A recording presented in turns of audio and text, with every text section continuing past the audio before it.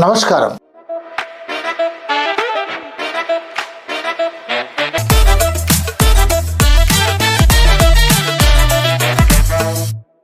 మిత్రులారా, చార్వాకులు, లోకాయతులు మన దేశ ప్రాచీన తత్వవేత్తలు వారు ఏం చెప్పారు, ఏం బోధించారు, ఏ కాలం వారు, అది ఏ కాలానికి అవసరమా అనే విషయాలను తెలుసుకోవడానికి మానవ వికాస వేదిక జాతీయ అధ్యక్షులు పెద్దలు సాంబశివరావు గారు మన స్టూడియోకి వచ్చారు. వారి నుండి మనం తెలుసుకుందాం. సాంబశివరావు గారు నమస్కారం అండి. నమస్తే. చాలా సంతోషం సార్.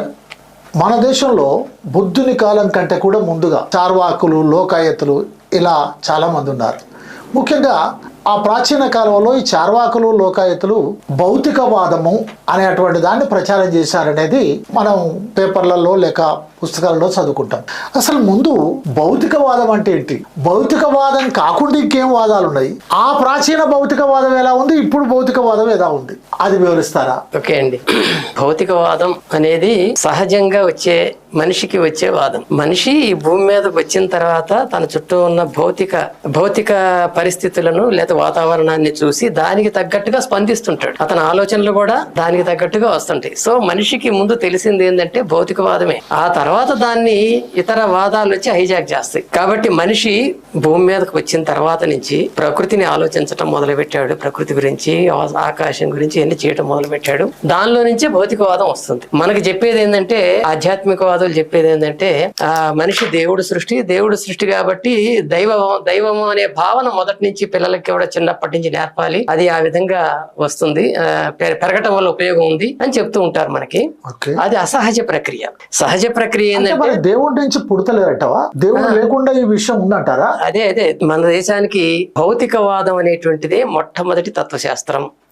ఇది ఈనాడు ప్రూవ్ అయింది. అందరూ తత్వవేత్తలు అంగీకరిస్తున్న సత్యం ఇది. తత్వం అంటే ఏమిటి అసలు? ఆ పదానికి అర్థం ఏంటి? తత్వం అంటే స్వభావం అని అర్థం. వాడి తత్వం నాకు అర్థం కావట్లేదు అంటాం. తత్వం అంటే స్వభావం అంటాం. తత్వం అంటే తత్ ప్లస్ త్వం అని సంస్కృతంలో. త్వం, తత్ ప్లస్ త్వం అంటే తత్ అంటే అది, దాని, త్వం అంటే స్వభావం, దాని స్వభావం అని అర్థం. దేని స్వభావం అంటే కనిపించే దాని స్వభావం. కాబట్టి తత్వం అనే పదానికి ఉన్న అర్థమే భౌతికవాదం. ఆ భౌతికవాదం అనేటువంటిది మొదటి నుంచి మన భారతదేశంలో ఉంది. మన భారతదేశం గర్వంగా చెప్పుకోదగినటువంటి అంశం ఏదైనా ఉంది అంటే మొట్టమొదట ప్రపంచంలోనే భౌతికవాద తత్వాన్ని ప్రపంచానికి అందించిన దేశం. అవునా? అవును. అది చాలా కాలం వరకు దాన్ని కప్పి పెట్టి ఉంచారు. కానీ ఇటీవల వస్తున్నటువంటి విదేశీ తత్వవేత్తలు గాని, మన భారతీయ తత్వవేత్తలు గాని దీన్ని అంగీకరించారు. అది మనం సగర్వంగా చెప్పుకోవాల్సింది. భౌతికవాదం మన వారసత్వం, అది భారతదేశ వారసత్వం.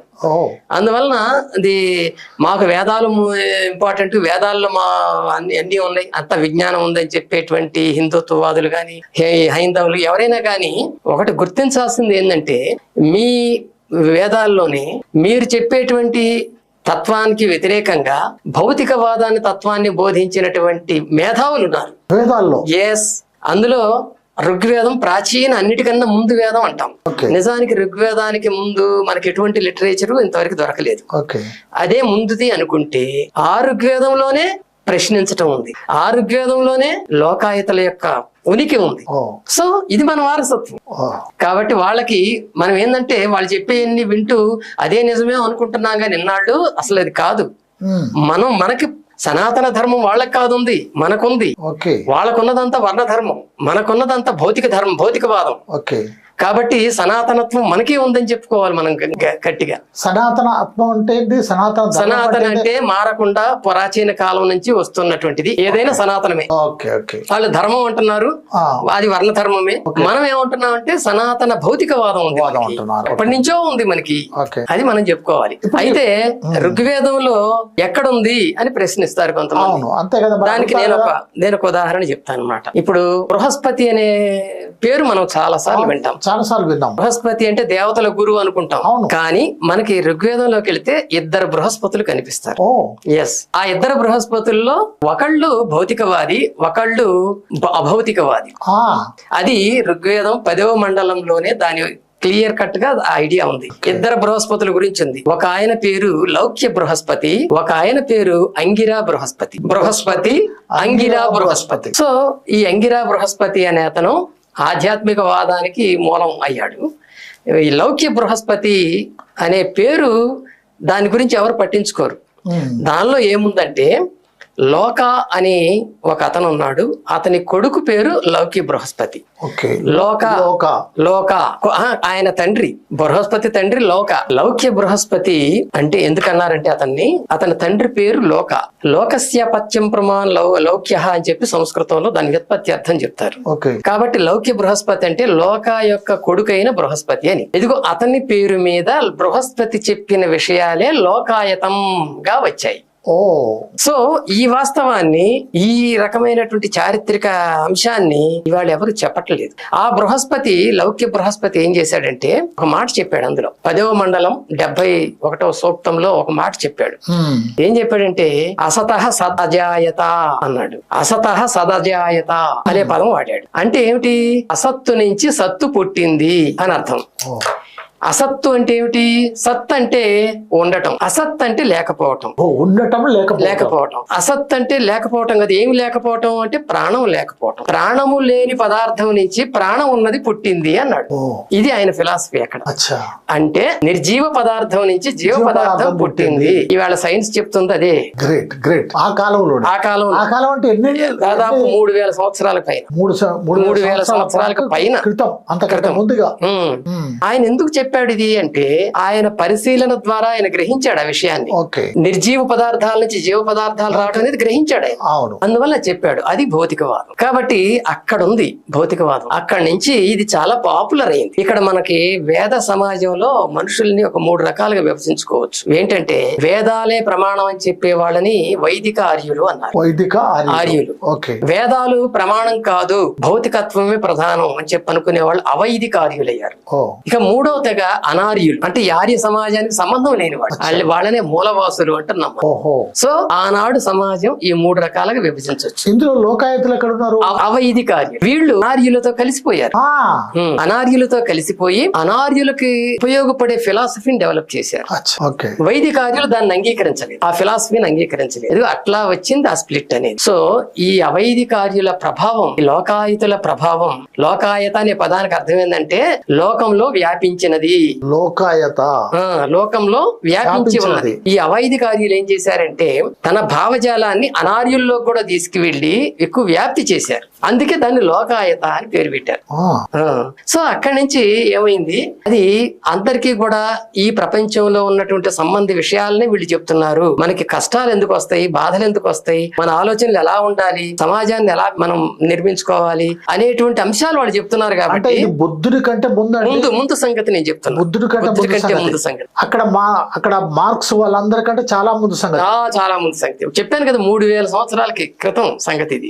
సో అవన్నీ ఆయన అది ఆ రోజు వాళ్ళు తీసుకొచ్చారు. ఎంత పాపులర్ అయిందంటే అది కౌటిల్యుడు లాంటి అర్థశాస్త్రం రచించినటువంటి కౌటిల్యుడు లాంటి వైదికార్యుల తెగకు చెందినటువంటి వ్యక్తి కూడా ఇది ఖచ్చితంగా అందరు నేర్చుకోవాల్సినటువంటి అంశం అన్నాడు. ఆయన అర్థశాస్త్రం రాస్తూ అర్థశాస్త్రంలో ప్రతి రాజు అయినటువంటి వ్యక్తి, రాజులకు సంబంధించిన శాస్త్రం అర్థశాస్త్రం అంటే. అర్థశాస్త్రం అంటే డబ్బు కాదు, ఈ రోజుల్లో అనుకుంటున్నట్టు ఎకనామిక్స్ కాదు. ఆ రోజుల్లో అర్థం అనే పదానికి చాలా విపులమైన అర్థం ఉంది. ఇప్పుడు కేవలం డబ్బుకే పరిమితం. అది అంతకు ముందు ఏంటంటే దాంట్లో రాజకీయ విషయాలు, పాలన సంబంధ విషయాలు, న్యాయ సంబంధ విషయాలు, వృత్తులకు సంబంధించిన విషయాలు, పశుపాలన, వ్యవసాయం అన్ని ఉండే దాంట్లో. ఇది మొత్తం అర్థం అనేవాళ్ళు. అది సో ఈ అర్థశాస్త్రాన్ని ఆయన రాశాడు. అది ఎందుకోసం రాశాడంటే రాజుల కోసం రాశాడు, రాజులు నేర్చుకోవటానికి రాశాడు. అందువల్ల ఆయన అందులో ఏమంటాడంటే రాజు అయినటువంటి వాడు 4 రకాల విద్యలు నేర్చుకోవాలి అన్నాడు. అన్వీక్షకి త్రయీ విద్య వార్త దండ నీతిశ్చ. అన్వీక్షకి నేర్చుకోవాలి, త్రయీ విద్య నేర్చుకోవాలి, వార్త నేర్చుకోవాలి, దండనీతి నేర్చుకోవాలి. అంటే అన్వీక్షకి అనే తర్వాత చెప్తాను. ముందు త్రయీ విద్య అంటే 3 వేదాలు, ఋగ్వేదం, యజుర్వేదం, సామవేదం. ఈ 3టిని త్రయీ విద్య అన్నాడు. అప్పటికి ఇంకా అధర్వ వేదం రాలేదు. ఈ 3 నేర్చుకోవాలన్నాడు. వార్త అనేది నేర్చుకోవాలన్నాడు. వార్త అంటే న్యూస్ కాదు, ఇప్పుడు అనుకుంటున్న న్యూస్ కాదు. ఆ, వ్యవసాయాన్ని, పశుపాలనని వార్త అని పిలిచేవాళ్ళు ఆ రోజు. ఓకే. వృత్తికి సంబంధించింది విషయం. వార్త, అది నేర్చుకోవాలన్నాడు. మూడోది దండనీతి. దండనీతి అంటే న్యాయానికి సంబంధించింది, అందించడానికి సంబంధించింది. అంటే జనానికి న్యాయం ఎలా అందించాలి, జనానికి ఏ తప్పు చేసిన వాళ్ళకి ఎలాంటి దండన విధించాలి అనేటువంటి దండ. అంటే ఇప్పుడు క్రిమినల్ లాస్ ప్లస్ జస్టిస్ ఈ రెండు, ఓకే. అప్పుడు మనకి దండనీతి అన్నాడు. ఓకే.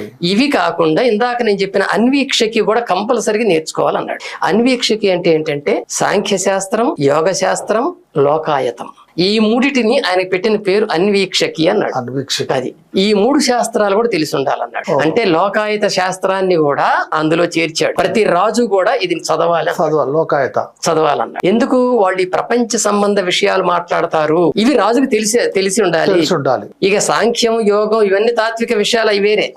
కానీ ప్రపంచ విషయాలు తెలియాలంటే రాజు ప్రపంచాన్ని పాలిస్తాడు కాబట్టి, ప్రజలను పరిపాలిస్తాడు కాబట్టి, వాళ్ళకి సంబంధించినటువంటి ఆలోచనల్ని తెలుసుకోవాలంటే ఇది లోకాయుతం పనికొస్తుంది అంటాడు ఆయన.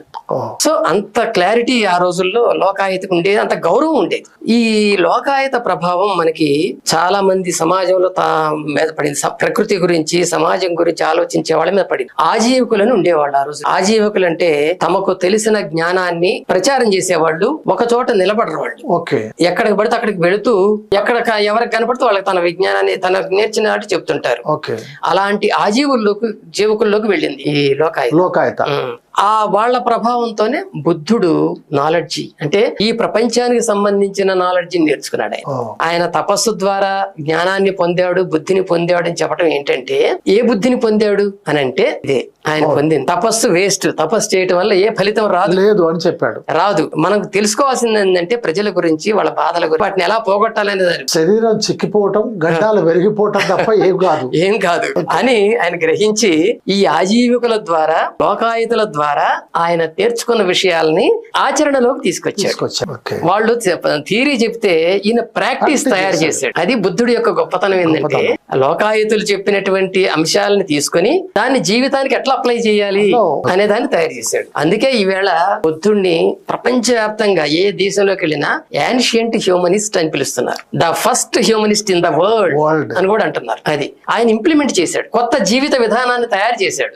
అందుకని ఆయన గొప్పవాడు. కానీ బుద్ధుడి కాలంలోనే లోకాయుతులు ఉన్నట్టుగా మనకి బౌద్ధ జాతక కథల్లో ఆధారాలు ఉన్నాయి. అలాగే బుద్ధుడు తను స్వయంగా ఎవరెవరితో మాట్లాడాడు అని వాళ్ళ పేర్లు ఉన్నాయి. ఇవన్నీ చూస్తే బుద్ధుడి కంటే పూర్వీకులు అనేది తెలుస్తుంది. ఇప్పుడు ఈ లోకాయుతులు, బౌద్ధులు వీళ్ళంతా కలిసి భౌతికవాదాన్ని బోధిస్తూ ఉంటే, అప్పుడున్నటువంటి ఈ వైదిక ఆర్యులకి అదొక పెద్ద కంటగింపుగా, పెద్ద తలనొప్పిగా మారిపోయింది.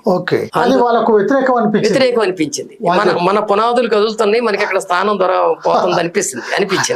అందులో మౌర్య చక్రవర్తులు వచ్చిన తర్వాత వాళ్ళు ఆ బౌద్ధానికి ప్రాధాన్యత ఇచ్చారు కాబట్టి వీళ్ళకి అసలు స్థానం లేకుండా పోయింది. అది అందుకే ఆ పుష్యమిత్రుణ్ణి అనేవాడిని, బ్రాహ్మణ సేనాని తమ వైపుకు లాక్కొని మౌర్య వంశాన్ని నాశనం చేసి వీళ్ళు రివైవలిజం తీసుకొచ్చారు, పునరుద్ధరణవాదం తీసుకొచ్చారు. అదిగో అదంతా కూడా మనకి చరిత్రలో తెలుస్తుంది. ఇక మీరు అడిగిన క్వశ్చన్ ఏంటంటే చార్వాకులు ఎవరనేది. క్రీస్తు శకం 6వ శతాబ్దం వరకు లోకాయత అనే పదమే భౌతికవాదానికి వాడబడింది. తర్వాత చార్వాక అనే పదం వచ్చింది. ఎందుకు వచ్చింది, ఎలా వచ్చింది అనేది కూడా చాలా మందికి తెలియదండి. నేను గమనించింది ఏంటంటే, నాస్తిక హేతువాద భౌతికవాద ఉద్యమాల్లో పనిచేస్తున్న వాళ్ళకు కూడా ఈ విషయాలు తెలియదు. కొంచెం రీసెర్చ్ లాగా చేయటం వల్ల నాకు కొంత ఈ విషయాలు తెలుసు. చార్వాకులు అనే పేరు ఎట్లా వచ్చింది, ఎందుకు వచ్చింది అంటే, మొట్టమొదటిగా చార్వాక అనే పదం మనకి సంస్కృతంలో ఒక వ్యాకరణ గ్రంథంలో కనిపిస్తుంది. ఆ వ్యాకరణ గ్రంథం ఏంటంటే, సంస్కృత భాషకి ఒక గ్రామర్ తయారు చేసినటువంటి వ్యక్తి పాణిని అతని పేరు. పాణిని అనే అతను చేశాడు. అలా ఫేమస్, అతను వరల్డ్ వైడ్ ఫేమస్. ఎందుకంటే అంత మంచి గ్రామర్ ని ఇంకెవరు తయారు చేయలేదు, ఏ భాషకి కూడా. ఆయన తయారు చేశాడు, ఒప్పుకోవాలి మనం. ఆ పాణిని తయారు చేసినటువంటి గ్రామర్ కి అందరికి అర్థం కావటానికి అని చెప్పి కాశికా వృత్తి అని ఒక వ్యాఖ్యానం తయారు చేశారు ఇద్దరు పండితులు. వాళ్ళల్లో ఒక అతని పేరు జయాదిత్యుడు, రెండో అతని పేరు వామనుడు. అది 8 అధ్యాయాలున్న పుస్తకం గ్రామర్. అష్టాధ్యాయి అని పిలుస్తారు దాన్ని. ఇందులో ఒక 5 అధ్యాయాల్ని ఒక అతను రాస్తే, జయాదిత్యుడు రాస్తే ఇంకొక అతను 3 అధ్యాయాలకు రాస్తాడు. దాంట్లో ఈ ఒక మాట కనిపిస్తుంది మనకి. అదేంటంటే నయతే లోకాయతే చార్వి చార్వి బుద్ధి తత్ సంబంధ ఆచార్యోపి చార్వి అని చెప్తాడు. అంటే లోకాయతాన్నే ఇప్పుడు చార్వి అంటున్నారు. చార్వి అంటే బుద్ధి అని అర్థము. దాన్ని బోధించే వాళ్ళని కూడా చార్వి అని పిలుస్తున్నారు అంటాడు. ఇది అక్కడ ఒక కీలకమైనటువంటి ఆధారం మనకి. దాంతో పాటు వాళ్ళు ఇంకా ఏం చెప్పారంటే చాలా క్లియర్ గా లోకాయత శాస్త్రే పదార్థాన్నయతే ఉపపత్తిభి స్థిరీకృత్య శిష్యేభ్య ప్రాపయతి తే యుక్తిభి స్థాప్యమానాః సమ్మానితాః పూజితాః భవంతి అంటాడు ఆయన. అంటే ఏంటన్నమాట, ఆ లోకాయత శాస్త్రం అనేది పదార్థం గురించి చెబుతుంది. అది కూడా అనేక ఉపపత్తులతో, అంటే అది ఆధారాలతో స్థిరంగా చేసి శిష్యులందరికీ బోధిస్తుంది. ఆ శిష్యులు యుక్తితో ఆ జ్ఞానాన్ని పొంది లోకంలో పూజింపబడుతున్నారు, గౌరవించబడుతున్నారు అంటాడు. కాబట్టి ఆ రోజుల్లో ఈ లోకాయత చార్వాక వాదాలు ఎంత పబ్లిక్ లోకి వెళ్ళి ఎంత అభిమానాన్ని, జనం యొక్క ఆదరణని పొందాయి అనేది మనం దీన్ని బట్టి గ్రహించవచ్చు. అంటే ముందు లోకాయత, తర్వాతనే చార్వాక. అయితే ఈ లోకాయతలకు చార్వాకులకు వీళ్ళిద్దరి సిద్ధాంతం ఒకటేనా, లేక వేరు వేరు సిద్ధాంతం? ఆయనే చెప్పాడు నయతే లోకాయతే చార్వి అన్నాడు. అంటే లోకాయతాన్ని చార్విగా తీసుకొచ్చారు, ఇప్పుడు పిలుస్తున్నారు. లోకాయతమే చార్వాకం. కాకపోతే పదం మారింది అంతే. చార్వి నుంచి చార్విక అనే పదం వచ్చింది, తర్వాత చార్వాక. చార్వాక అని మీరు అర్థం ఏంటని మీరు ఎవరిని అడిగితే ఇప్పుడు అందరు ఏం చెప్తారంటే, చారు అంటే అందమైన, వాక అంటే మాటలు చెప్పేవాళ్ళు అంటారు. తప్పది, ఆ అర్థం తప్పు. ఆ అర్థం కాదు. చార్వి కలవాడు చార్వాకుడు, బుద్ధి కలవాడు చార్వాకుడు. బుద్ధి అంటే హేతుత్వం. ఇప్పటికీ కూడా ఉత్తర భారతదేశంలోకి వెళ్తే హేతువాదాన్ని బుద్ధివాదం అని పిలుస్తారు. అది సంస్కృత పదం. ఈ లోకాయత లేక చార్వాక వీళ్ళు చెప్పినటువంటి భౌతికవాదం, ఆ సిద్ధాంతం ఏమిటి క్లుప్తంగా కొంచెం? ఓకే. అయితే ఇది ఈ చార్వాకవాదం వచ్చిన తర్వాత ఇక నుంచి చార్వాకం అని పిలుద్దాం మనం.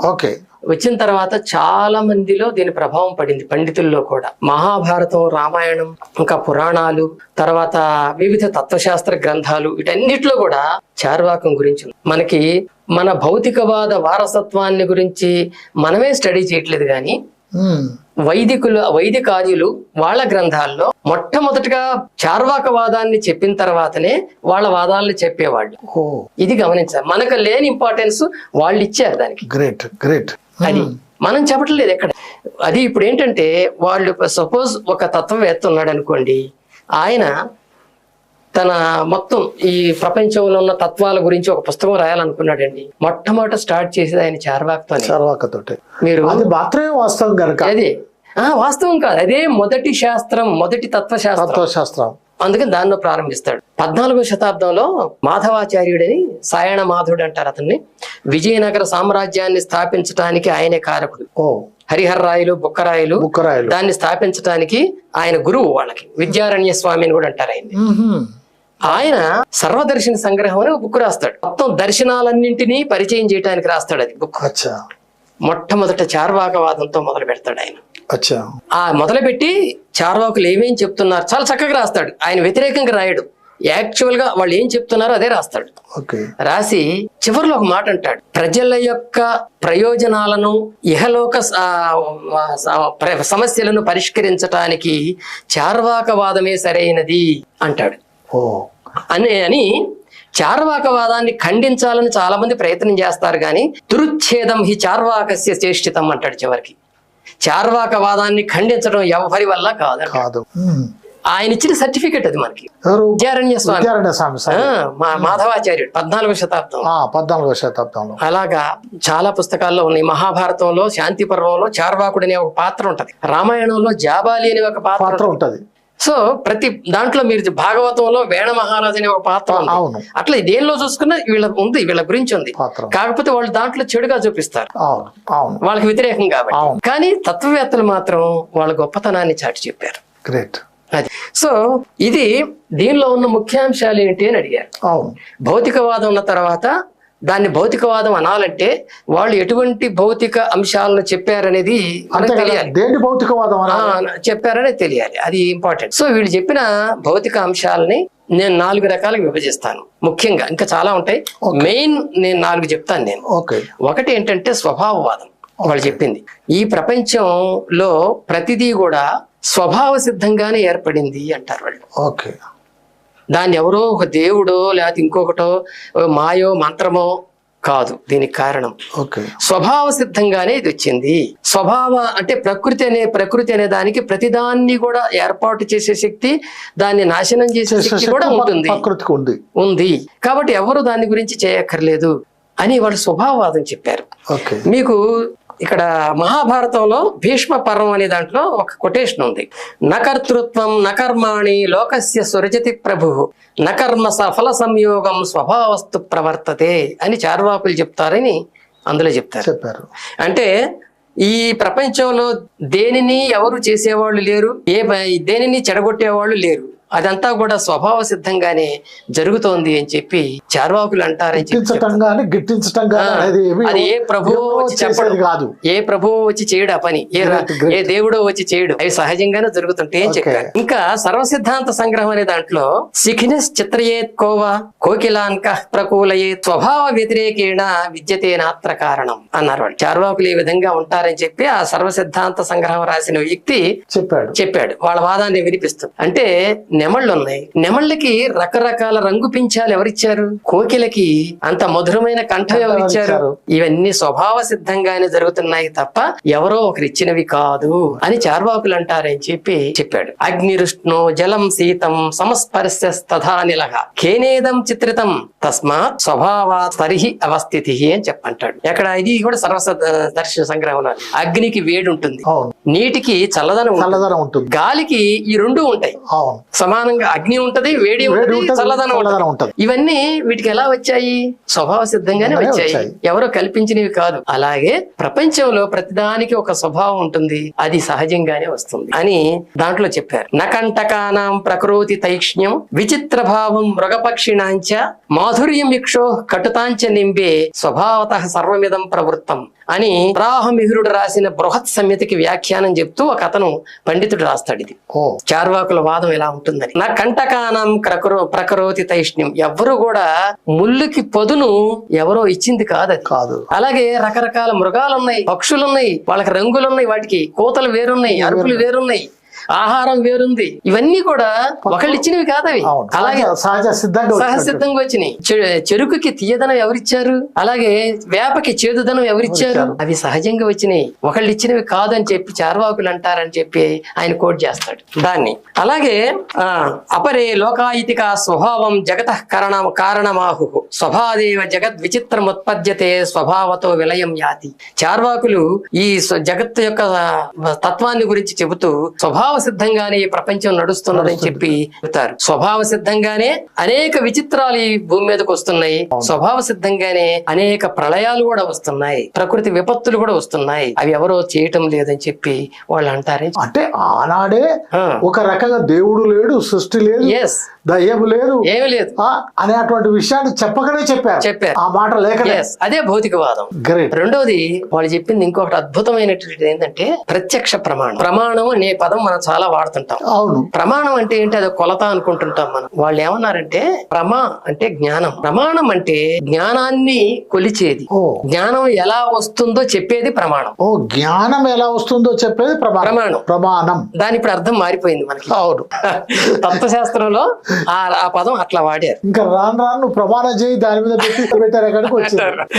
అది ప్రమాణం అంటే అది ఒక చెయ్యరాని, అంటే అది ఒక సరైందని నిర్ణయించడానికి దాన్ని వాడుతున్నారు. కానీ ప్రమాణం అంటే జ్ఞానార్జన, జ్ఞానాన్ని పొందటానికి చేసేది. దాన్ని తత్వవేత్తలు ఏం చేశారంటే మనకి ఈ ప్రపంచంలో అసలు జ్ఞానం మనిషికి ఎలా వస్తుంది అనే దాని గురించి చర్చలు చేశారు. చార్వాకులు ఏం చెప్పారంటే ప్రత్యక్షం వల్లనే వస్తుంది అన్నారు. ప్రత్యక్ష అనుభవం. ప్రత్యక్షం అంటే ఏమిటి, జ్ఞానేంద్రియాల ద్వారా మనం పొందే అనుభవమే జ్ఞానం. సింపుల్ గా చెప్పేశారు. ప్రత్యక్షం అంటే అది కళ్ళ, అసలు నిజానికైతే ఆ పదానికి అర్థం ఏంటంటే కళ్ళ ముందు ఉన్నది అని అర్థం. అవును. కానీ వాళ్ళు చెప్పింది ఏంటంటే జ్ఞానేంద్రియాలు 5 ఉంటాయి మనకి శరీరంలో. ఈ 5ంటికి జ్ఞానం ఎలా వస్తుందో అదే సరైన జ్ఞానం. ప్రత్యక్షానికి అంటే ఈ ఇంద్రియాల జ్ఞానం లేకపోతే, ఈ ఇంద్రియాలకు అందకపోతే ఏదైనా సరే అది జ్ఞానం కాదా, అది కల్పన అంతే, జ్ఞానం కాదు, ఊహ అన్నారు. ఇది చార్వాకులు మాత్రమే చెప్పారు వాళ్ళు ప్రపంచంలో. ఆ తర్వాత కొంతమంది వైశేషికులు అనే వాళ్ళు వచ్చారు, అనువాదం చెప్పారు వాళ్ళు. అయితే వాళ్ళు ఏం చేశారంటే ప్రత్యక్షం ప్రమాణం ఒకటే కాదు, అనుమాన ప్రమాణం కూడా ఒకటి ఉంటుంది అన్నారు. అనుమానం అంటే ఇప్పుడు డౌట్ అని మనం అనుకుంటున్నాం గానీ అక్కడ అది కాదు. అనుమానం అంటే తత్వశాస్త్రంలో ఊహ అన్నమాట.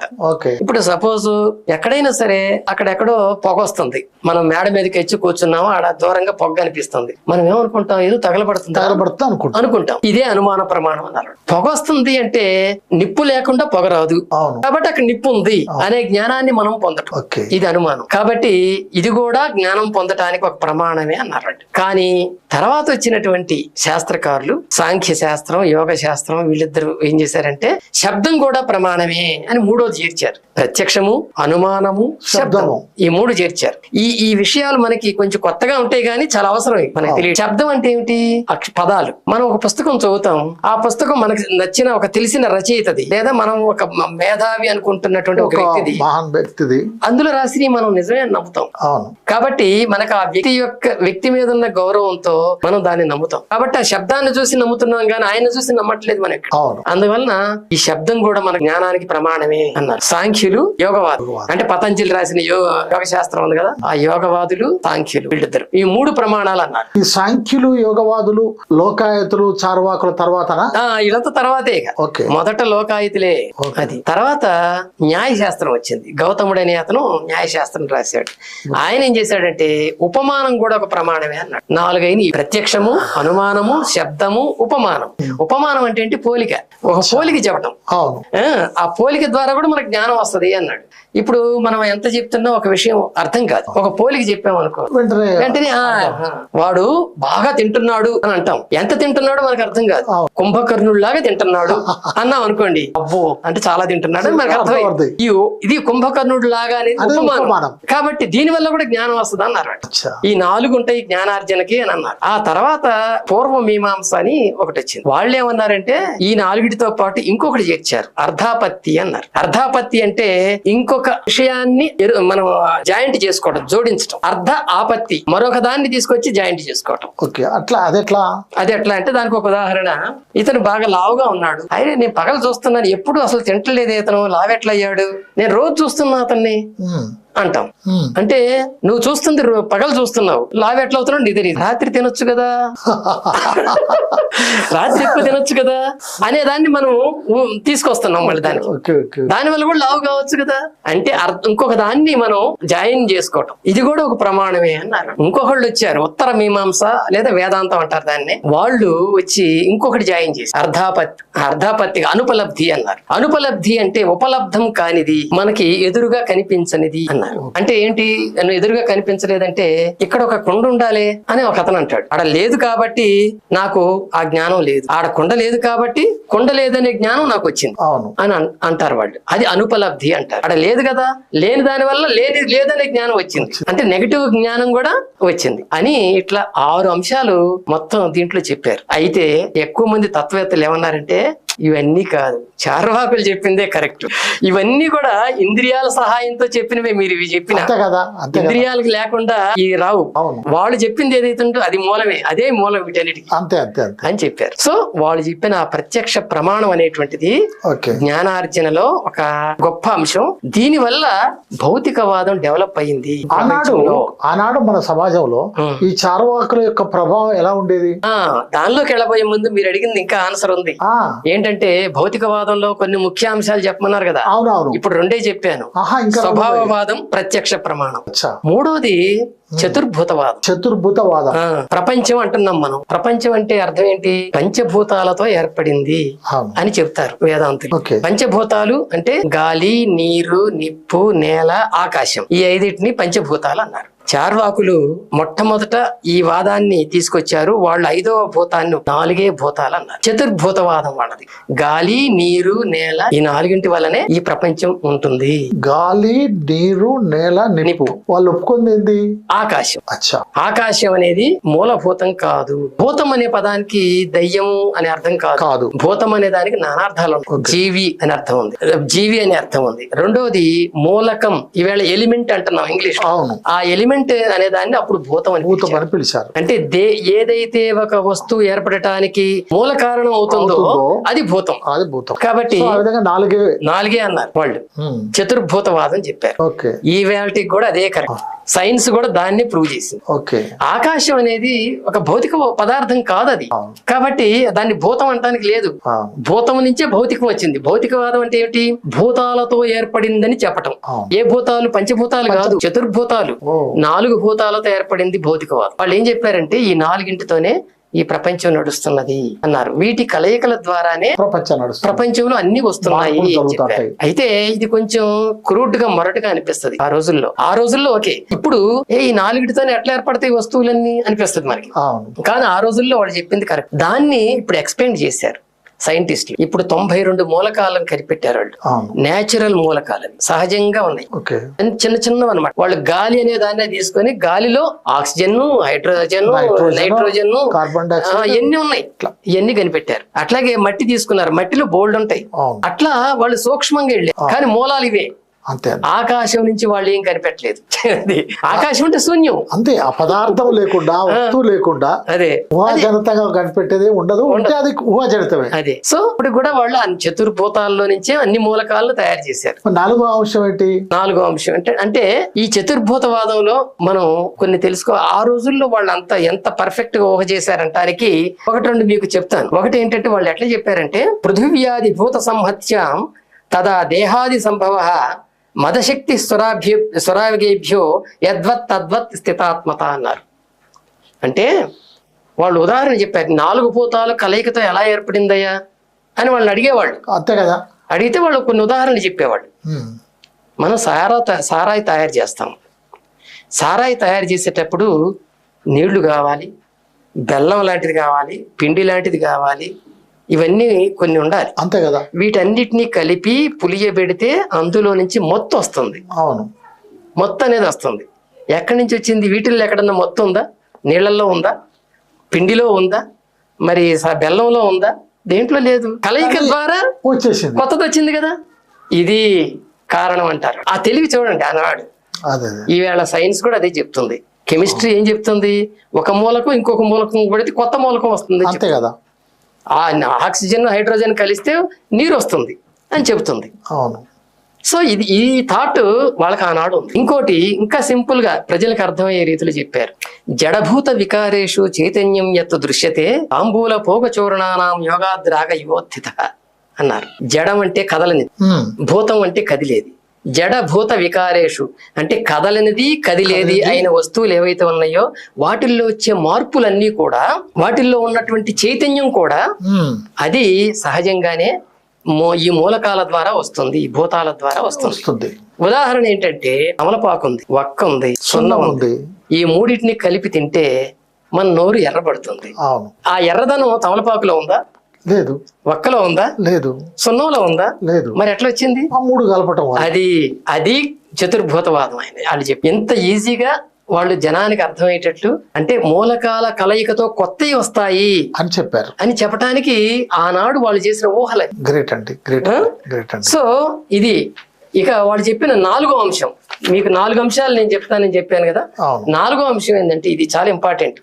దేహాత్మవాదం. దేహాత్మవాదం అది అంటే దేహాత్మవాదం అంటే ఈ వైదికులు, ఈ బ్రాహ్మణులు వీళ్ళందరూ ఏం చేసేవాళ్ళు, ఆత్మ అనేది ఒకటి ఉంది అని చెప్పి ప్రచారం చేసేవాళ్ళు. ఆత్మ అనేది ప్రతి దాంట్లోనూ ఉంటుందని చెప్పేవాళ్ళు. అది చరాచర వస్తువులు, కదిలేదైనా కదలనిదైనా ప్రాణం ఉన్నదైనా లేనిదైనా అన్నిట్లో ఆత్మ ఉంటుందని చెప్పేవాళ్ళు వైదికులు. అట్లా ఒప్పుకోలేదు. ఓన్లీ జీవుల్లో ఉంటుందన్నారు.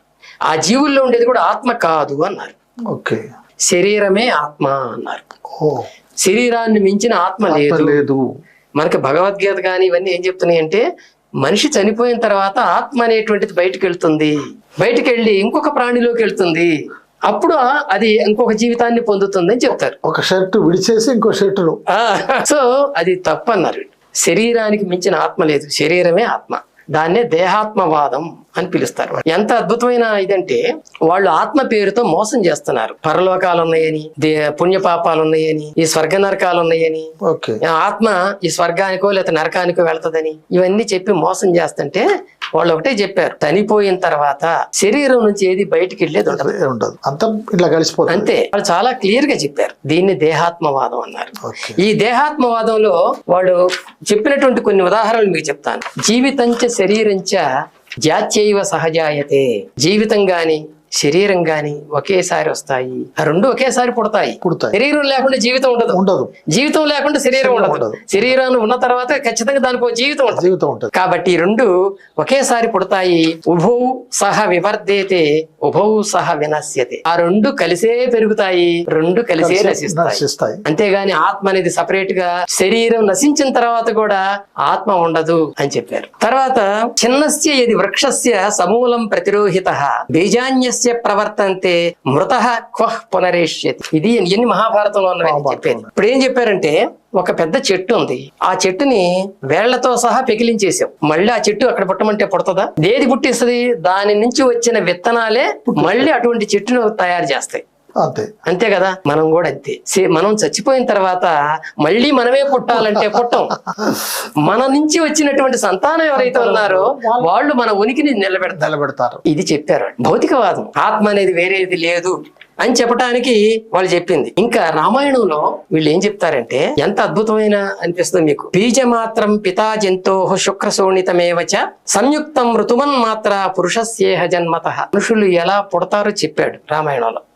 జాబాలి అంటే లోకాయ చార్వాకు, అంతే కదా. ఆయన ఏం చెప్పాడంటే తండ్రి యొక్క శుక్ర శోణితాలతో కూడుకున్న బీజాలు, అలాగే తల్లి ఋతుమతి అయిన తల్లి ఋతుమతి అయిన తర్వాత తల్లితో కలిసినటువంటి తల్లి యొక్క అండాలు, ఈ రెండు కలయటం వల్లనే మనుషులు పుడతారు. రామాయణంలో ఉంది. ఆ కాలంలో ఈ లాభులు లేవు అప్పుడు. ఈ ఎక్కడున్నాయి? ఈ సృష్టి దవాఖానాలు లేవు. ఇది ఆ థాట్ వాళ్ళది. గ్రేట్ అండి. సో ఇంత వారసత్వం మనకు ఉంది సార్ మన భౌతికవాదానికి. హిందూ మతం ఏం చెప్తుందంటే అసలు మనిషి యొక్క జీవితానికి లక్ష్యం ఏమిటి అని హిందూ మతం ఆలోచించి 4 పురుషార్థాలను సాధించటమే జీవిత లక్ష్యం అంటుంది. పురుషార్థాలను ఎందుకు అన్నారంటే అవి పురుషుడికి మాత్రమే అవసరం, స్త్రీ వాళ్ళ దృష్టిలో సెకండరీ, అసలు ఇంపార్టెంట్ కాదు. అందుకని ఆ స్త్రీలకి ఏం చెప్పలేదు. పురుషార్థాలు ఏమిటి? ధర్మము, అర్థము, కామము, మోక్షం. ఈ 4 పురుషార్థాలు మనిషికి ఉండాలి. పుట్టిన తర్వాత ధర్మాన్ని అనుసరించాలి. రెండవది అర్థాన్ని అంటే జీవన వృత్తిని, జీవితానికి సంబంధించిన వృత్తులు చేసుకోవాలి. మూడవది కోరికలు తీర్చుకోవాలి, కామము. 4వది మోక్షాన్ని పొందాలి. అంతే, దీంతో జీవితం అయిపోతుంది. దీన్ని చార్వాకులు తప్పన్నారు. ఇందులో 2 అవసరం మనిషికి, 4 అవసరం లేదు. ఆ 2 ఏంటంటే అర్థము, కామం. పని చేసుకోవటం, బ్రతకటం, తాను చేయాలనుకుని కోరుకున్నటువంటి వాటిని తెచ్చుకోవటం, సాధించుకోవటం. ఇంతే. అర్థము, కామం ఈ 2 అవసరం. ధర్మం అనేది అవసరం కాదు, ఎందుకంటే అది అభౌతికమైన విషయం. ధర్మం ఇది అనేటువంటిది ఎవరు చెప్పలేరు. ఒక్కొక్క కాలంలో ఒక్కొక్క ధర్మం ఉంటుంది, అంతే కదా. కాబట్టి ఒక కాలంలో కూడా సమయ సందర్భాలను బట్టి ఉంది. అది ఒకళ్ళు నిర్వచించిన ధర్మం ఇంకొకళ్ళు కాదంటున్నారు. అది అవసరం లేదు. అలాగే మోక్షం ఉందో లేదో మనకు తెలియదు. కాబట్టి ఈ తెలియని వాటి కోసం మనం ఆ పనులు ఈ పనులు చేసుకోవడం అనవసరం. అర్ధకామాలు మాత్రమే మనకు అవసరం అని చెప్పారు. ఈవేళ ప్రపంచం అంతా దీంతోనే నడుస్తుంది. ఇప్పుడు అర్థం అంటే డబ్బుతో నడుస్తుంది.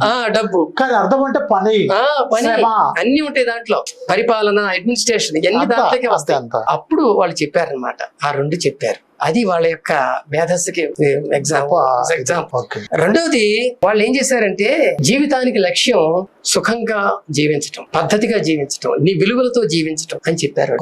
అంతేగాని మోక్షం కోసం జీవించటం కాదు. అది తప్పు. మనం ఇక్కడ జీవించినంత కాలం మనం సంతోషంగా బ్రతకాలి, అవతల వారిని సంతోషంగా ఉండనివ్వాలి, మనం విలువలను పాటించాలి, మానవీయ విలువలను పాటించాలి అని వాళ్ళు అన్నాడు చెప్పారు. దానికి వాళ్ళు చెప్పిన ఒక్క శ్లోకం మీకు ఉదాహరిస్తాను. యావజ్జీవేత్ సుఖం జీవేత్ నాస్తి మృత్యురగోచరః భస్మీభూతస్య దేహస్య పునరాగమనం. అంటే జీవించినంత కాలం సుఖంగా ఉండటానికి ఆలోచించు. నాస్తి మృత్యురగోచరః, మనకు గోచరం కానటువంటిది ఏది, మృత్యు అనేటువంటిది ఏది లేదు. మనకు కనిపించేదే ఉంది, చచ్చిపోవటం ఎలాగో మనకు కనిపిస్తుంది, అదే ఉంది అంతే. అంతేగాని చనిపోయిన తర్వాత అనేది లేదు. అదే అసలు దాని గురించి ఆలోచించవద్దు మీరు. భస్మీభూతస్య దేహస్య, బూడిదగా మారిపోయినటువంటి శరీరానికి మళ్ళీ పునరాగమనం ఉండదు అని చెప్పారు. ఇంకేమన్నారంటే త్యాజ్యం సుఖం విషయ సంగమ జన్మ పుంసాం దుఃఖోపసృష్టమితి మూర్ఖ విచారణైష వ్రీహీన్ జిహాసతి సితోత్తమ తండురాజ్యాన్ ఓనామ భోస్తషకణోపి హితాన్ హితార్థి అన్నారు. ఇది చాలా మంచి ఎగ్జాంపుల్ ఇచ్చారు వాళ్ళకి. మనం బియ్యం వండుకొని తింటున్నాం. ఎవరైనా సరే బియ్యానికి పైన పొట్టు ఉందని చెప్పి బియ్యాన్ని పొందటం మానేస్తారా? మానేరు. పోనీ బియ్యం కాదు వడ్లతో పాటు ఉందాము ఎవరైనా అనుకుంటారా? అనుకోరు. ఎందుకు? ఆలోచన ఉంది కాబట్టి వాళ్ళకి. అందువలన తుషకణం అంటే పొట్టు అనమాట. తుషకణాన్ని అంటే పొట్టుని తీసేసి అందులో ఉన్న బియ్యాన్ని మాత్రమే మనం తీసుకొని తింటాం. అలాగే కష్టాలు ఉన్నాయని జీవితాన్ని వదులుకోకూడదు. ఆ కష్టాలను తొలగించి సుఖాన్ని పొందడానికి ప్రయత్నించాలి. ఇది వాళ్ళు చెప్పింది. గ్రేట్. జీవితానికి ఎంత విలువిచ్చారో వాళ్ళు చూడండి. సో ఇంతే కాదు చెప్పింది. వాళ్ళు ఏమన్నారంటే ఉద్యమేన హి సిద్ధ్యంతి కార్యాణి నా మనోరథై నహి సుప్తస్య సింహస్య ప్రవిశంతి ముఖే మృగా అన్నారు. ప్రతి పని కూడా ఉద్యమం ద్వారానే సాధ్యం అవుతుంది. ఉద్యమేన హి సిద్ధ్యంతి కార్యాణి, పనులన్నీ కూడా ఉద్యమాల ద్వారానే అవుతాయి, అంతేగాని కోరికల వల్ల కాదు. నాకు కోరుకుంటే నాకు ఇది అయిపోవాలి అనుకుంటే అవో. ఆ మాయలు మంత్రాలు వచ్చినోడు చెప్తారు ఈ మాట, అది అబద్ధం. కోరికల వల్ల కోరుకున్నంత మాత్రాన పనులు కావు. ఆ పని కావాలంటే నువ్వు చెయ్యాలి, ప్రయత్నం చేయాలి. సో ప్రయత్నం చాలా ఇంపార్టెంట్. దానికి ఒక ఎగ్జాంపుల్ చెప్పారు. అడవిలో ఒక సింహం ఉంది, ఆ సింహానికి ఆకలేస్తుంది. అది అక్కడే ఉండి ఆ నోరు తెరుచుకుంటే జంతువులు వచ్చి నోట్లో పడతాయా?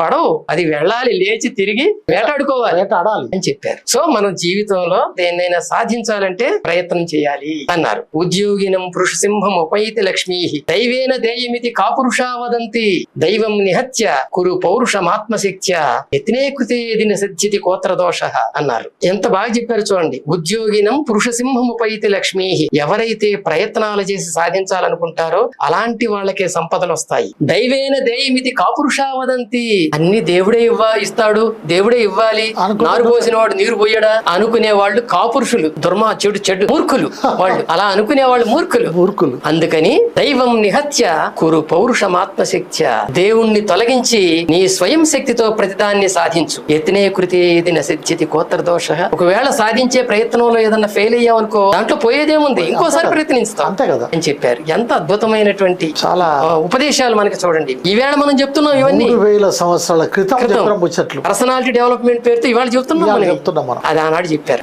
సో చార్వాకుల భౌతికవాదం అనేటువంటిది ఒక మన దేశానికి, మన భారతీయ ఔన్నత్యానికి ఒక ఉదాహరణ, అదొక నిదర్శనం. ఈనాడు దాని మీదనే మనం అన్ని చేస్తున్నాం, ఆ వాదాన్ని అనుసరించి చేస్తున్నాం. ఈ ఆధ్యాత్మిక వాదంతో మనకు జరుగుతుంది ఏమీ లేదు, ఏ రకమైనటువంటి అభివృద్ధి లేదు. అభివృద్ధి అంతా భౌతికవాదంతోనే వస్తుంది అని మనం చెప్పుకోవాల్సిందన్నమాట. రెండోది చెప్పుకోవాల్సింది ఏంటంటే ఈవేళ మోడర్న్ సైన్స్ అనే దానికి ఒక 300-400 సంవత్సరాల వయసు అంతే కదా, అంతకుముందు లేదు కదా. భారతదేశంలో పుట్టినటువంటి ఈ భౌతికవాదం ఈవేళ అనేక సైన్సులకి మూలమైంది. స్వభావవాదం చెప్పుకున్నాం ఇందాక. ఈ స్వభావవాదం నుంచే నేచురల్ సైన్సెస్ డెవలప్ అయింది, అన్ని సహజ సిద్ధంగా ఏర్పడతాయి అనే దాన్ని తీసుకొని ఇవాళ సైంటిస్టులు ప్రకృతిలో ఉన్న ప్రతిదాన్ని పరిశీలించి కనిపెడుతున్నారు, రహస్యాలు కనిపెడుతున్నారు. రెండోది ప్రత్యక్షమే ప్రమాణం అనేటువంటిది ఇవాళ సైంటిస్టులకి ఒక గైడ్ అయింది. మీరు ఎవరైనా శాస్త్రవేత్త ఏదైనా కనిపెట్టాడు అంటే మిగిలిన వాళ్ళు నమ్మరు, ప్రత్యక్షంగా చూపించంటారు. అంతే కదా, నువ్వు నిరూపించు, అంతే కదా, అప్పుడు నమ్ముతాం. అసలు నిరూపణ లేని శాస్త్రమే కాదు, దీనికి ప్రత్యక్ష ప్రమాణమే మూలం. చార్వాకులు చెప్పిన ప్రత్యక్ష ప్రమాణం మూలం. మూడోది ఇందాక చెప్పిన చతుర్భూతవాదం. 4 భూతాలే ఉన్నాయి, ఇంకా 5వది లేదు, వీటి కలయికలతోనే అన్ని వస్తున్నాయి అని ఆనాడు వాళ్ళు చేసిన ఊహ ఏదైతే ఉందో అది అద్భుతమైన ఊహ. ప్రాచీన ఖగోళ శాస్త్రవేత్త అయినటువంటి ఆర్యభట కూడా దీన్ని సమర్థించాడు. వాళ్ళ చార్వాకుల ప్రేరణ ఆయనకి ఉంది. ఆయన ఏమంటాడంటే, మీకు భూమిని గురించి చెప్తూ చార్వాకుల అది ఆర్యభట రాసినటువంటి బుక్ నేను చదివాను, ఆర్యభటీయం, సంస్కృతంలో ఉంటుంది అది కూడా. అందులో మనకి మొట్టమొదట ప్రపంచంలోనే భూమి గుండ్రంగా ఉందని చెప్పిన శాస్త్రవేత్త ఆర్యభట. సో ఈ ఆర్యభట ఆయన జ్ఞానానికి మూలం ఎవరంటే చార్వాకు. ఆయన ఏమంటాడంటే భూమిని గురించి చెబుతూ వృత్తం అపంజర మధ్యే కక్ష్యా పరివేష్టిత. భూమి అనేది వృత్తంగా ఉంది, అపంజర మధ్యంలో ఉంది. దానికి పంజరం అంటే ఏమి లేదు, స్వేచ్ఛగా ఉంది. కక్ష్యా పరివేష్టిత, ఒక కక్ష అనేది తిరుగుతూ ఉంది, దాని కక్షలో తిరుగుతూ ఉంది. తర్వాత అమధ్యగత, ఆకాశం మధ్యలో ఉంది. మృత్ జల శిఖి వాయుమయో. మృత్ నేల, జల నీరు, శిఖి అగ్ని, వాయు గాలి. చార్వాకులు చెప్పిన 4 భూతాలు గాలి, నీరు, నేల, నిప్పు. ఈ 4టితో కూడుకొని ఉంది. ఆకాశం చెప్పలేదు ఈయన, చెప్పలే. ఈ 4టితో కూడుకొని ఉంది. భూగోళ సర్వతో వృత్త, భూగోళం అంతటా వృత్తాకారంలో ఉంది అని చెప్పాడు ఆ కాలంలో. చార్వాకుల ప్రభావం ఎంత మంది మీద పడిందో, వాళ్ళందరూ కూడా గొప్ప గొప్ప శాస్త్రాలు రచించగలిగారు అలా పడినటువంటి వాళ్ళందరూ. కనుక ఇది దేహాత్మవాదం, ఇందాక మనం చెప్పిన దేహాత్మవాదం వల్ల ఆత్మలు లేవు అని తెలిసిపోయింది. ఈవేళ ఇంత సైన్స్ డెవలప్ అయిన తర్వాత ఏ శాస్త్రవేత్త కూడా దాన్ని నిరూపించలేకపోయాడు. లేదు, అసలు లేదు కదా. ఇంత ఎనాటమీ డెవలప్ అయింది, ఫిజియాలజీ డెవలప్ అయింది, ఎక్కడ కూడా ఆత్మ అనే పదార్థం గాని, వస్తువు గాని, గుణం గాని ఎక్కడ లేదు. కనపడటము, వినపడటము, ముట్టుకోవటం. ఆనాడు వాళ్ళు చెప్పారు ఆత్మ అంటే శరీరమే, ఇంక వేరేది లేదన్న. మరి వాళ్ళు కర్మలు, జన్మలు, దయ్యాలు, భూతాలు అన్నిటిని వ్యతిరేకించారు, పరలోకాలను అన్ని వ్యతిరేకించారు. ఇవన్నీ బేస్ చేసుకుని ఇవాళ ఫిజియాలజీ ఏర్పడింది, శరీర తత్వశాస్త్రం ఏర్పడింది, తర్వాత అనాటమీ ఏర్పడింది, గైనకాలజీ డెవలప్ అయింది. వాళ్ళు చెప్పారు కదా భార్యాభర్తల అండాల కలయిక వల్లనే పిల్లలు పుడుతున్నారు, గైనకాలజీ డెవలప్ అయింది. సో ఇట్లా ఆధునిక సైన్స్ కి వీళ్ళు తెచ్చినటువంటి ఈ భౌతికవాదం మూల కారణమైంది. ఇది మనం సగర్వంగా చెప్పుకోవాలి. గ్రేట్ అండి, ఇండియాలో మన భౌతికవాదమే మూలం అభివృద్ధికి, చాలా గ్రేట్ అండి అనేటువంటి చెప్పుకోవాలి. ఆనాడు దాని ప్రభావం ఎంత ఉండే అనేది, ఆనాడు చాలా మంది మీద, ఆజీవికుల మీద ప్రభావం ఉందండి, బుద్ధుడి మీద ప్రభావం ఉంది, జైనుల మీద ప్రభావం ఉంది. జైనులు తర్వాత ఆధ్యాత్మికంలోకి వెళ్ళినా వాళ్ళు చెప్పింది ఏంటంటే కొన్నిటిని నమ్మలేదు. వాళ్ళు చార్వాకులు చెప్పినవే కరెక్ట్ అన్నారు. ఉదాహరణకి పరలోకాలు ఉంటాయి అనేది నమ్మలేదు. రెండోది మన వీళ్ళు చెప్పినటువంటి ఆత్మ సిద్ధాంతాన్ని కూడా వాళ్ళు నమ్మలేదు. వాళ్ళు చెప్పిన ఆత్మ సిద్ధాంతం నమ్మలేదు. ఇవన్నీ కూడా జైనులు నమ్మలేదు. వీళ్ళ నుంచి చాలా స్వీకరించారు వాళ్ళు కూడా. కాబట్టి వాళ్ళ ప్రభావం ఆనాడు ఉంది, ఈనాడు సైన్స్ మీద ఉంది. ఇప్పుడు దీన్ని ఇటువంటి మన భారతదేశ తత్వవేత్తల యొక్క, ముఖ్యంగా చార్వాకుల యొక్క ఈ భౌతికవాదాన్ని ప్రచారం చేయటంలో ప్రభుత్వం ఏమైనా పాత్ర వహిస్తుందా, లేక దాన్ని ప్రత్యామ్నాయంగా చేస్తుందా? ప్రభుత్వం ఇలాంటి వాటిని ప్రచారం చేయదండి. చేస్తే ఓట్లు పడవు వాళ్ళకి. ఈవేళ ప్రభుత్వాలు అన్నీ కూడా వాళ్ళ ఓట్లని కేంద్రంగా చేసుకుని ఆలోచిస్తూ పరిపాలిస్తున్నాయి. అంతే. సంక్షేమం అనేది వదిలేసాయి. మనిషి సమాజం వాళ్ళకి అవసరం లేదు. సంక్షేమం అంటే వాళ్ళ దృష్టిలో ఏంటంటే ఫ్రీగా ఇవ్వటం, జనానికి ఏదో ఒక వస్తువులు ఫ్రీగా ఇవ్వటం. మీ మానవ వికాస వేదిక వాళ్ళైనా సరే పెద్ద ఎత్తున దీన్ని ఒక ప్రచారంగా తీసుకెళ్ళడానికి ఏమైనా కార్యక్రమాలు చేస్తున్నారండి. ప్రచారం మొత్తం భారతదేశంలో 80 సంస్థలు ఉన్నాయి. ఇవి ప్రతి రాష్ట్రంలో 5-6 అట్లా ఉన్నాయి. సో అవన్నీ కూడా అక్కడ చేస్తూనే ఉన్నాయి. కాకపోతే వీటిని ఎవరు తీసుకోరు, ఏ గవర్నమెంట్ తీసుకోరు. తీసుకుంటే ఏమవుతుంది, ఈ ఆధ్యాత్మికవాదానికి వ్యతిరేకంగా మాట్లాడాల్సి వస్తుంది. సో అప్పుడు వ్యతిరేకించారు, ఇప్పుడు వ్యతిరేకిస్తారు. అంతే. అది కాకపోతే ఎందుకు అట్లా వ్యతిరేకిస్తారు అంటే, ఎవరైతే ఈ ఆధ్యాత్మికత మీద ఆధారపడి ఉపాధి జీవిస్తున్నారో వాళ్ళు పరాన్న బుక్కులు వాళ్ళందరూ కూడా గవర్నమెంట్ ని బెదిరిస్తారు. మీరు మా సెంటిమెంట్లకు వ్యతిరేకంగా చేస్తున్నారు, మా ప్రజల మీద ఈ భావాలను నమ్మే వాళ్ళని మీరు అవమానిస్తున్నారు అని. ఉదాహరణ ఇప్పుడు రన్ అవుతుంది తిరుపతి లడ్డూ కేసు. దానికి అంత ఇంపార్టెన్స్ ఇవ్వాల్సిన అవసరం లేదు. నిజంగా అక్కడ కల్తీ జరిగి ఉంటే శిక్షించవచ్చు, చట్ట ప్రకారం వెళ్ళొచ్చు. అంతేగాని 1 నెల 2 నెలలు దాన్ని సాగదీసి అదే వార్తల గురించి ఇంకెప్పటిదాకా ఉంటుందో తెలియదు. ఇదంతా ఎందుకు చేస్తున్నారంటే వాళ్ళ ఓట్ల కోసం. అంతే. రాజకీయ ప్రచారమే తప్పు. కాబట్టి రాజకీయ పార్టీలన్నీ ఇట్లా తయారైనవి. అందుకని రాజకీయంగా మార్పులు వస్తాయి అనేటువంటిది మనం ఆలోచించకూడదు. జ్ఞాన ప్రచారం చేసుకుంటూ పోవటమే. విన్నోళ్ళు వింటారు, విన్నోళ్ళు మారతారు. యువతి యువకులకు గాని లేక విద్యాలయాల్లో గాని పాఠశాలల్లో గాని దీన్ని ప్రవేశపెట్టడానికి ఎలాంటి కార్యక్రమాలు తీసుకుంటే బాగుంటుంది? విద్యాలయాల్లో ఇది పెట్టాలంటే మనకి ఎన్సీఆర్టీ, ఎస్సీఆర్టీ లాంటి వాళ్ళు దీనికి ముందుకు రావాలి. అవును. ఆ ఎన్సీఆర్టీ, ఎస్సీఆర్టీలు ప్రభుత్వ అనుమతి లేకుండా అవి పెట్టవు. ఫైనల్ గా అప్రూవ్ చేయాల్సింది గవర్నమెంట్. అందువల్ల అది కూడా రాదు. ఒకప్పుడు జరిగింది. మనకి 2001 సంవత్సరంలో యశ్పాల్ అనేటువంటి ఒక శాస్త్రవేత్త ప్రొఫెసర్, ఆయన నూతన విద్యా విధానం తీసుకొచ్చాడు 2004లో. దాని నేషనల్ కరికులం ఫ్రేమ్వర్క్ అంటారు. తీసుకొచ్చారు. అందులో ఆయన ఏం చేశారంటే, ఇది డైరెక్ట్ గా పెట్టలేదు, ఇండైరెక్ట్ గా పెట్టాడు. భారత రాజ్యాంగంలో ఉన్న అంశాలని పిల్లలకి బోధించే విధంగా సిలబస్ తయారు చేశాడు. సిలబస్ తయారు చేసి దాని మీద పాఠాలు రాయించాడు. మన ఎస్సీఆర్టీ వాళ్ళు కూడా రాశారు. అదే తర్వాత ఇంప్లిమెంట్ అయింది. కానీ తర్వాత దాన్ని బలహీనపరిచారు. పోయింది, అది మొత్తం పోయింది. అదిగో దాంట్లో ఈ మానవవాదాన్ని, శాస్త్రీయ స్పృహని, తర్వాత సంస్కరణ భావాలని పెంపొందించడానికి పాఠాలు తయారు చేశారు. అదిగో అలాంటివి జరగాలి. అది ఆ కాంగ్రెస్ గవర్నమెంట్ లో జరిగింది. అది అలాగని నేను కాంగ్రెస్ ని సమర్థిస్తున్నాను కాదు, అక్కడ జరిగింది. వాళ్ళు ఒక ప్రయత్నం చేశారు. అది యశ్పాల్ కారణం. సంతోషం అండి సాంబశివరావు గారు, చాలా సంతోషం. అనేక విషయాలు మాతో పంచుకున్నారు. మళ్ళీ మా స్టూడియోకి మిమ్మల్ని ఆహ్వానిస్తూ సమాజ చైతన్యంలో మేము కూడా మీతో భాగస్వాములు అవుతామని తెలియజేస్తూ, మిత్రులు చూశారు కదా సాంబశివరావు గారు చెప్పినటువంటి అనేక విషయాలు నాకైతే చాలా కొత్తగా, చాలా అద్భుతంగా మన దేశ యొక్క ప్రాచీన తత్వవేత్తలు ఇంత గొప్పగా చేశారనేటువంటి విషయం నేనైతే చాలా సంతోషపడుతున్నాను. బహుశా మీరు కూడా సంతోషపడతారు. మీ ప్రశ్నలు ఏమైనా పంపించండి. చూస్తూనే ఉండండి బొజ్జ భిక్షమ యూట్యూబ్ ఛానల్. సబ్స్క్రైబ్ చేయండి, షేర్ చేయండి, లైక్ చేయండి. Thank you very much. Thank you sir.